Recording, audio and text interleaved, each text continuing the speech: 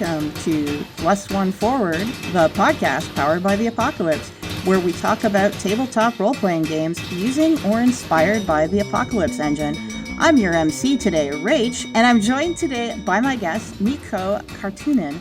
Welcome to the show, Mikko. Thank you. Thank you so much for having me. How long have you been playing Powered by the Apocalypse games? What was your gateway? I think I started playing around 2012. A friend of mine pointed me to Tremulous's Kickstarter at the time, the Lovecraftian PBTA game. I had heard of Apocalypse World before. Another gaming group at our university had played it at the time, but I hadn't touched it. I just knew how cool it was. I was immediately interested.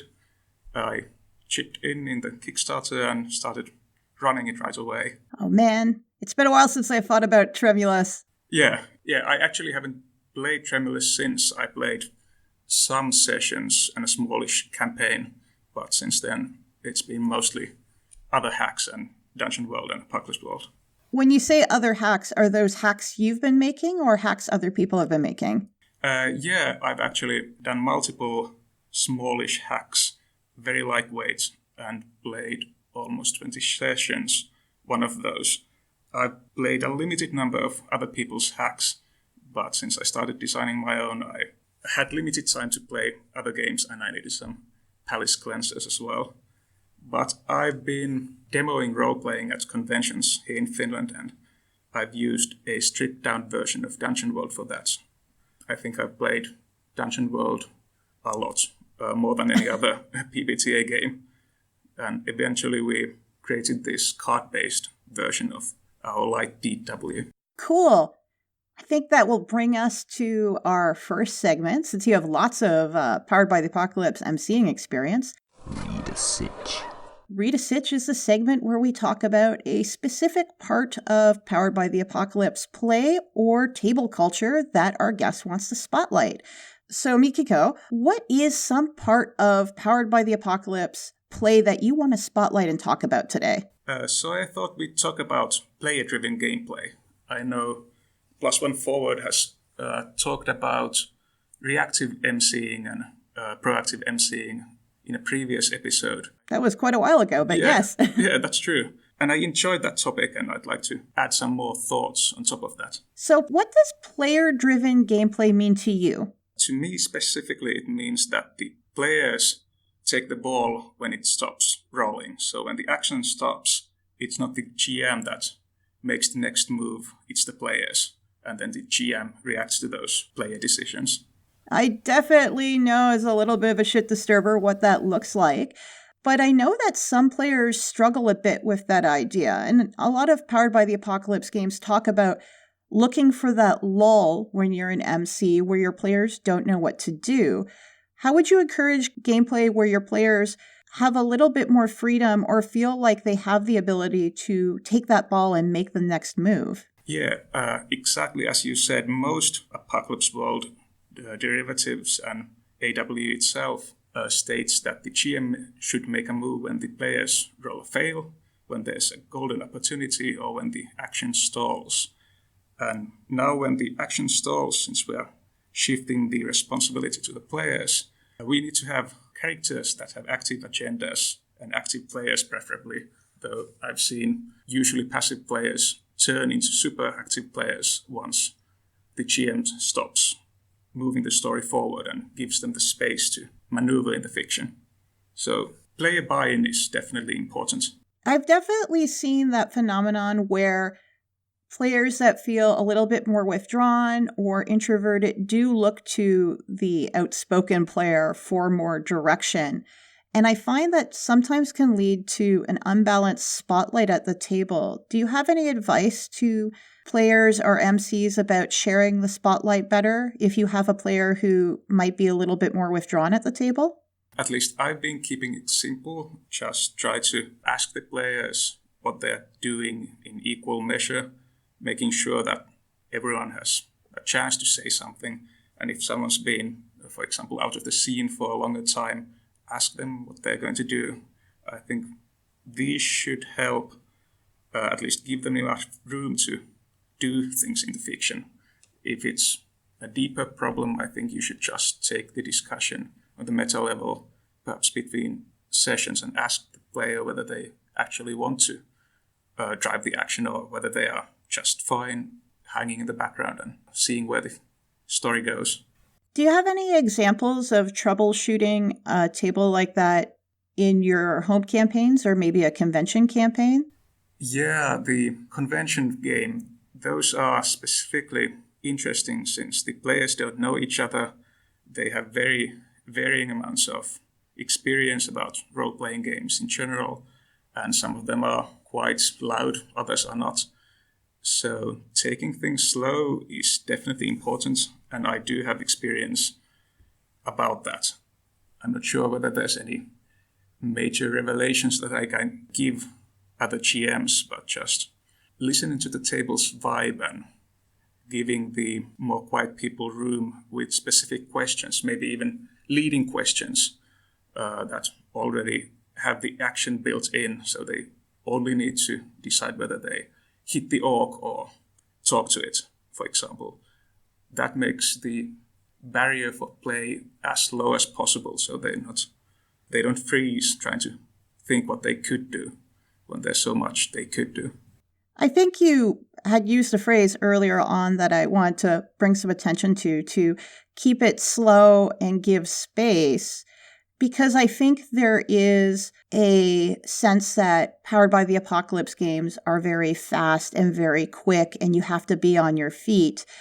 So, speaking from my own perspective as an MC, I can sometimes feel very anxious when I'm giving my players space and I'm trying to slow the game down because I think, oh no, are my players having a good time? Are they enjoying themselves? Oh, I definitely agree with that. Now that you mentioned that specific feeling, that brings me back some years, I think, when I was still used to being the GM leader at the table who pushed the story forward. It was really hard to let go of that and tolerate that initial slowness that it takes the players to take the reins. So, since it doesn't happen in a snap of the fingers. Are there specific Powered by the Apocalypse games that you feel spotlight player-driven gameplay more than others? I'd like to say Blightburg, now that I've decided, since player-driven gameplay was a huge influence in its design. I haven't touched the newer hacks as much as I'd like to, but once when I was designing it, I hadn't met like really player-driven, explicitly player-driven PBTA games at the time. But many older Forge and Forge-influenced games had explicit mechanics that could be used to help the players become more active. Are there any specific examples in those Forge games that you could direct our listeners to if they're looking to maybe see if there's any player-driven mechanics that they could possibly steal for Powered by the Apocalypse hacks they're working on? Or, be inspired by? Not stealing. Never steal. Be inspired. Never steal. Yeah, definitely. I think flags are the big mechanic that you'd want to look at. I think Christopher Chint coined the term some years back, maybe in his blog or maybe on Forge forums, I'm not sure. But flags are basically mechanics that make important aspects of the character explicit. And important aspects to the player, like value statements, contacts, maybe places in some games. A few notable examples could be keys from the Shadow of Yesterday, or spiritual attributes in the Riddle of Steel, and beliefs in Burning Wheel, Mouse Guard, and Torchbearer, which I also used in Blightburg. And I think aspects in Fate can also be used definitely as flags. And I think for especially convention games, as someone who runs a lot of games at conventions, having those flags and having something a player could latch onto in terms of what is my character, give them a starting place to build their character off of would help segue someone into this brand new game that they might be intimidated by.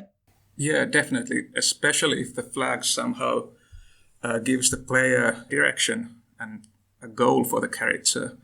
That's something I've learned running convention games that if you give the player a clear, easy goal to follow, they are much less likely to flail about and try to find the direction in game. They can just jump in unless they are confused by, for example, the setting. Those should be kept pretty simple, especially if you're running for newer players. I noticed in your discussion that you brought up Blightburg, so that seems like a great opportunity to open our brains, where Miko and I will discuss his game, Blightburg. Open your brain. So, Blightburg, what's the setting? It's intrigue drama set in an Italian city-state during the Renaissance period, with optional witchcraft elements if you want to have those in. So it's kind of a Renaissance era urban fantasy game? Yeah, I think those fantasy elements are definitely optional but easy to put in. The setting itself is written so that you can take all those witchcraft elements away, or you can highlight those. The actual function of witchcraft in the game's design was to empower characters that either don't start with any influence, since we need politically influential figures one way or another. And if your previously influential character drops out of their grace or something. Interesting. So it's not really about the magic, it's more about urban politics, but there's also magic at play. Yeah, definitely. That's how I'd describe it. The city itself is fictional, but you can think of Florence, for example. That's where I drew most of my inspiration from. What inspired the particular take of city life that's in Blightburg? I think the setting inspiration came later on in the process. First came the intrigue aspects. I ran a very successful game of intrigue drama earlier, some years ago, using a very lightweight PBTA hack. And that's what inspired me to actually design it as a game. And at first, I was working with a fantasy world, but once I moved forward with the design and talked to people who had read my initial documents, we all agreed that it's just better, more hard-edged if you place the game and all the politics in a real-world historical context. So there's everything from Catholic faith to Protestantism and all those noble houses, real criminal phenomena, the church, Inquisition, well, maybe a bit across the years, but since we're playing a drama game and not a simulation game, we are fine with mixing some of those Renaissance-era phenomena in the same city. How are the mechanics of Blightburg different than the mechanics in Apocalypse World? So, as we touched in the player-driven gameplay section, it's a really player-driven game. The characters have beliefs that drive them forward and guide the players to think in an active mindset. It's a GM who drives the game into motion in the first actual play session, since the first session before actual play is dedicated to situation creation and character creation. But after that, it's a GM that reacts to player input. There are no playbooks. The character creation is done using a life path-based system, since we need non-stereotypical characters whose values we are going to explore. The whole game's object is to play to find out what the characters are truly like deep down inside. So it's a very character-focused game. The situation is important, but I think the characters are even more important than in many other PBTA games where the situation gets quite a lot of attention. What parts of the game help focus the attention on the characters? While reviewing the game, I saw character traits and you've made references to fate and fate's aspects. How is that worked into the game? Since the characters don't form a party, all player characters belong to different factions, and that's required during the character creation and situation creation. We have quite a lot of potential downtime for the players, and I started thinking how to fill that downtime and how to also explore the characters and highlight them. So I knew Fate had this compel mechanic, and that's what you use to explore those traits. So a character might have a trait pair, cruel versus compassionate, and we're exploring which of those traits is stronger in the character's personality. And a compel targets that trait and asks, for example, whether the character is cruel enough to use torture to get what they really need in the situation, or whether they refuse to torture an innocent person. So all the hero points or grit points mechanics, stress points, and the devil's seat we'll probably talk about in a bit are tied into the compel mechanic. Because you brought it up, let's talk about the devil seat mechanic. This was really cool. Did you want to explain it to our audience? Yeah, I hope I can explain it in a short section. If this explanation isn't clear, you can check the game's free materials and read it yourself. So when the compelled player accepts the compel, for example, to torture someone to get what they need in the actual fictional situation, the compelling player gets the character's devil's seat. And now they have the character's stress points that they can use to coerce the character to act in ill-considered ways and to hinder their role results.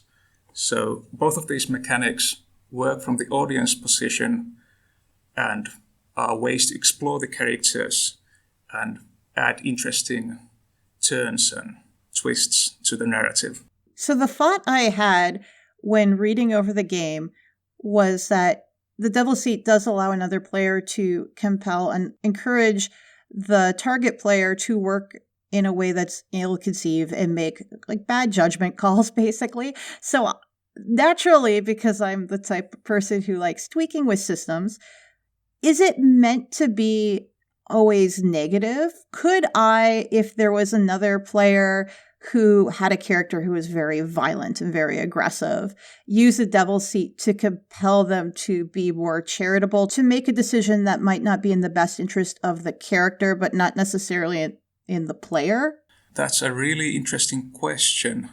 And I think the answer is yeah, there's a lot of room for using the devil's seat. The problem with making the character act in charitable ways might be that it's hard to create consequences and problems for the character when you coerce them to act in actually positive ways. But if that's not a problem, I don't see a reason why you couldn't make the character act in a different way. They are also burning the character's stress points, and since you want to have something bad happen to the character because of those stress points, I think it's better if the charitable act is, at least in the long term, detrimental to the character. But as long as you're exploring the character and seeing the consequences, I think there's a lot of room for play with the devil's seat. The devil's seat should be seen as a way to introduce consequences that the GM might not be thinking of, that the other players might be thinking of, where they're sitting and looking at the situation going, yes, this player is making these decisions, but what about these potential consequences that are obvious to me but might not be obvious to the GM? Yeah, that's definitely possible. I'd add that it's a way to make concrete those consequences that are potential in the situation. Since the GM is mostly focusing on the beliefs as explicit flags and creating content around those, it's the players improvising using compel and the devil's seat to create twists and turns on the spot, making those potential ill-considered acts real. Another thing I noticed is you made the design decision to go with 2d10 instead of 2d6. What inspired that choice? It was just the fact that I needed a larger stat range for the grid points economy. I think there are ways to create a similar game using d6s, but since I wanted to hand out grid points or the hero points that the players can use to bump up their roll results, I wanted to give those in very specific ratios from compels, from using your beliefs during the session. One grid point needed to be less valuable than the d6 grid points would have been. What's your favorite move in Blightburg and why? I think it is the compel. It captures the feeling of the whole game in a single move. in a way, since it's exploring the characters, it's giving the audience players room to influence the events. It's tied to grid points, traits, stress, and the devil's seat. It's the whole package, even though it's inspired from another game. I think the way it's used in this game is different enough from Fate. In Fate, the compels more like highlight the character's aspects. But in here we are exploring who the character is, finding more about it, and not just highlighting existing things. And the way it asks the player to judge who their character really is really interesting, and it creates those long, hard moments when the player just thinks, am I really this cruel or this cold? Or usually it's a negative trait, but there are positive examples as well. Those are some highlights from the sessions I've played. Okay, Mikko, I think I'm ready to try out some Blightburg one-on-one. How about you? Yeah, definitely. Let's go. Let's jump to our last segment, Act Under Fire, where Mikko is going to MC a snapshot of Blightburg for all of you to listen to. It is time to act under fire. So you should have your character sheet, Adele de Perrin, right? Yep, I definitely do. It's a condensed version of the character sheet, so since we don't need a full one in a short scene like this, you should have 2 beliefs, one important to this situation and one that I may be able to use with the compel mechanics, since you may be interested in that.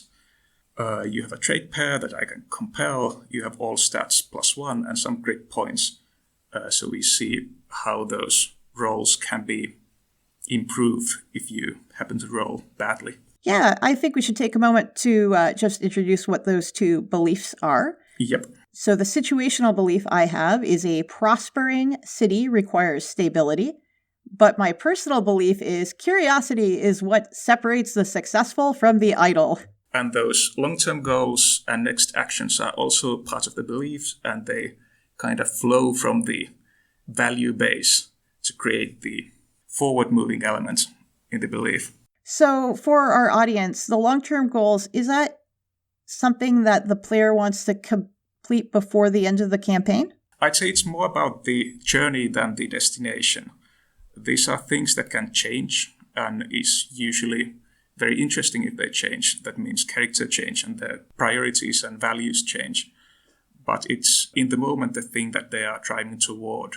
And also those help the GM prep. They know where the characters are going, since the GM is reacting to those player decisions. Fabulous. Now that we know who the player character is, could you introduce the situation? Yeah, definitely. So the city we're playing in has a major crime problem. The Flores criminal gang operates semi-openly and has clearly either bribed the right people or is actively working for them. So if this was a campaign, one of the other player characters probably would play the gang boss. And our player character, Adele de Perrin, is of noble birth and high ambition, a good character this time. She's risen to the city council and acts as the city treasurer. She wants to weed out the Flores gang.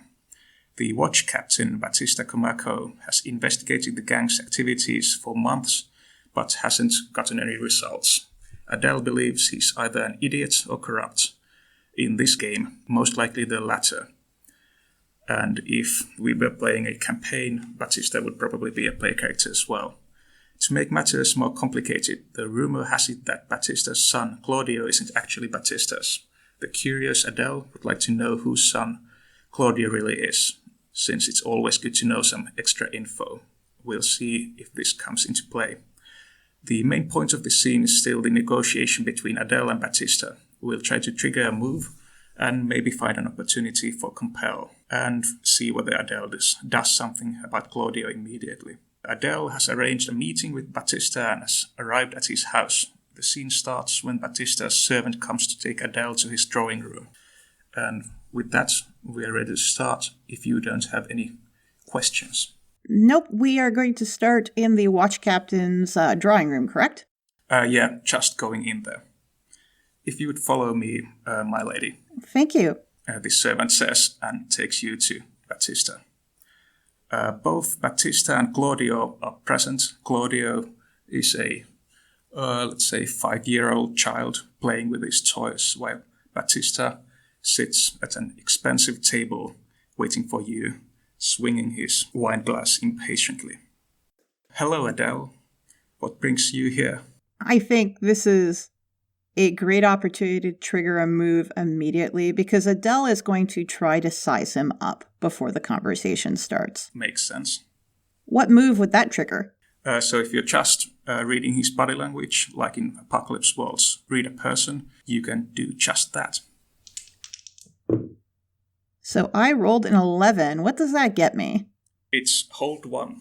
If you want to burn some of your grit, you could get yourself to 14. That burns all of your grit and would give you 3 questions to ask. Otherwise, it's just 1 from the list. We haven't really had much of a conversation yet, so I don't think it's a great time to start asking, is he telling the truth? What is he hiding? So I think I'm going to ask, what is the watch captain fearful of? I think you've either heard or maybe the conversation continues for a moment in this chit-chat way, but you can definitely tell that he's afraid that his arrangement with the florist gang is going to get busted and he loses his captain's position because of the corrupt nature of the deal. That's a good little bit of leverage to start this conversation with. Yep. Adele doesn't let any of that slip. She thanks the watch captain for inviting her to the meeting and asks him, so what inspired you to arrange a meeting today? Is it something involving your son? She says, gesturing over at the son that's playing to the side. He looks absent-mindedly at Claudio. Oh no, certain servant was sick today, so I had to look after Claudio. No, it's about the florist situation, actually. I've heard that you've been asking some questions.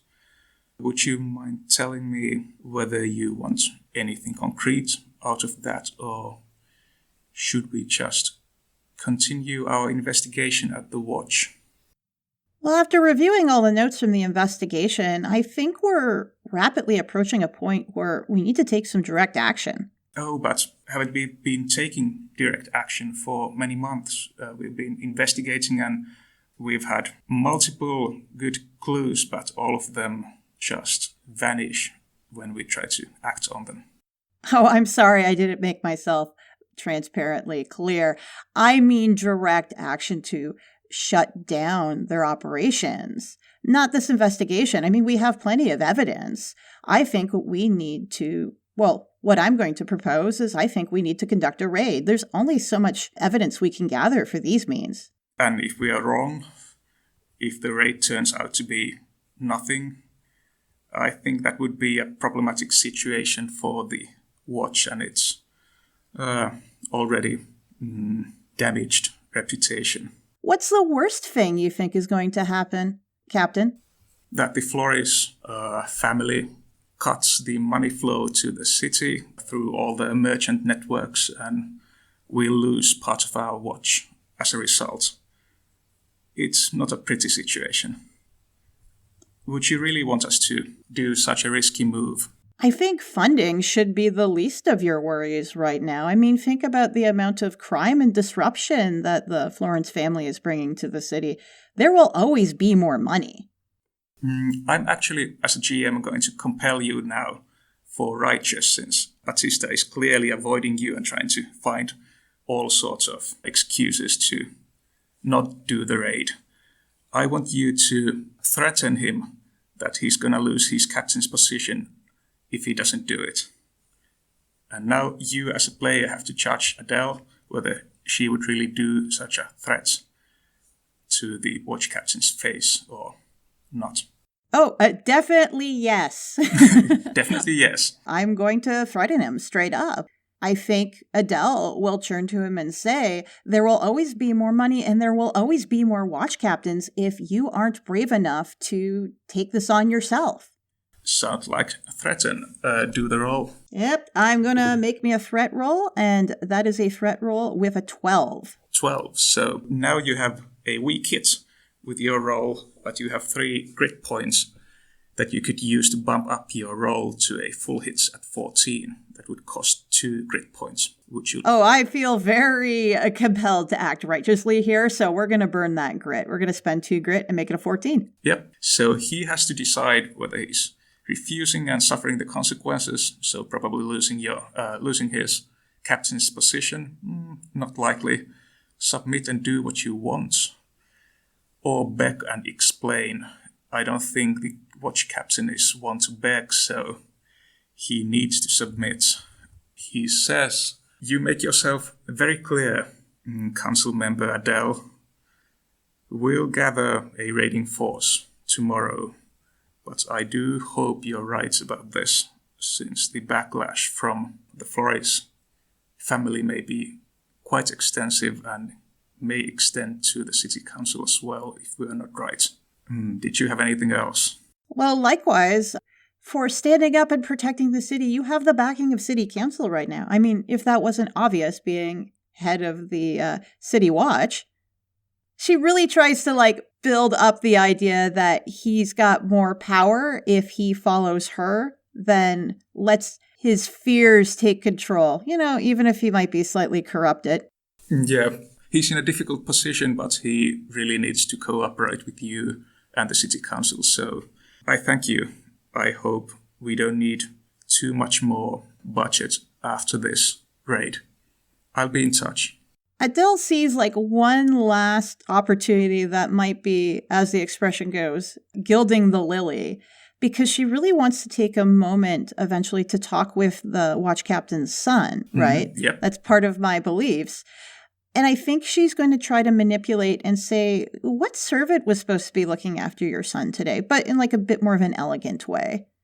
And just get that information so that she might have a future contact to maybe arrange a private meeting with this guy's kid. That's an interesting question. Thinking as the GM, I think he starts dodging with I don't know these servants' names. They are just servants to me. They just happen to be human and be sick all the time. Well, it happens to the best of us. Is it someone who normally works this day of the week? Yeah, it's a normal nanny for Claudio. But, as I said, maybe the servant master or our butler would know who the person is, really. I just know she's a blonde woman who comes and takes care of Claudio, and now she's not here. Well, that definitely is unfortunate. I hope your son hasn't been causing you that much trouble today. Yes, it's quite troublesome. I'm sure you know if you have any kids. I don't, and don't really plan on, but I can only imagine. Yes, so anything else? I'm a busy man. Nope. Thank you for your time today. Thank you, council member. And a servant comes at a snap of the fingers and comes to take Adele away. And Adele has accomplished the goal of getting Batista to raid the Flores Manor, and she's got a clue to follow about Claudio through the servant, even with the description. So now if we would play a whole session, you'd gain grit points from driving both of those beliefs at the end of the session. Cool, and that's how grit points replenish? Yeah, that's the main way. And also when you resolve your traits, so if you get 3 compels and accept them all on righteous, you'd resolve it to find out which of the traits is stronger and get some trait grit points as well. Fantastic. That was so much fun. Okay, thank you. Thank you for playing it. Miko, if people want to find out more about Blightburg or buy the game, where can they find it? So the game is already out. It's on Drive-Thru RPG. I've also got a website for the game at frozendebt.net/Blightburg, though Google may be an easier way to find it. All the free materials, move references, situation creation references, and character creation, all those materials are free on the game's site, and the introduction part of the game can be read from the preview PDF. And if people want to follow more of your work and not just Blightburg, but everything you're doing, is there a place they can find you online? Well, I'm on Facebook, but I don't have any publishing accounts to name, so just my games. Fantastic. Thank you so much for joining me today. Thank you so much, Rach. Plus One Forward is a production of the Gauntlet community, Richard Rogers and Rach Shelkey. You can find us at gauntlet-rpg.com or follow us on Twitter at @+1FWD. If you would like to support our show, visit our Patreon site at patreon.com/gauntlet. The games mentioned on this show use the Apocalypse engine, which is a creation of Vincent and Magay Baker. The music for Plus One Forward is from the Savage Aural Hotbed CD Gomi Daiko. The songs used are Gomi Daiko, Metal Version, and Drowning Attitude.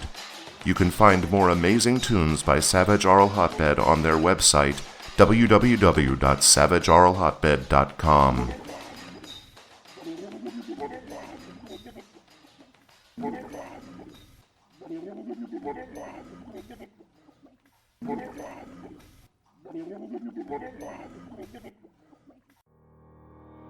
Hello listeners, we have two important pieces of Codex news to share with you.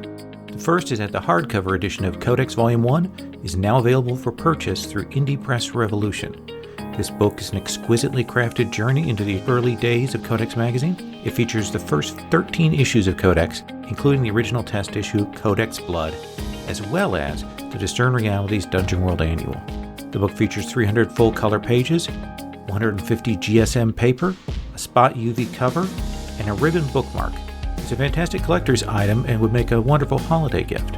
The next thing we want to tell you is that November is Catch Up on Codex Month. We're very proud of the Codex magazine. We want as many people as possible to check out all the amazing game material and artwork found inside its pages. With that in mind, anyone who pledges $6 or more to the Gauntlet Patreon in November will get the first 4 PDF issues of Codex Volume 4 as part of their pledge. That's Codex Melancholy, Gold, Childhood, and the newest issue, Void.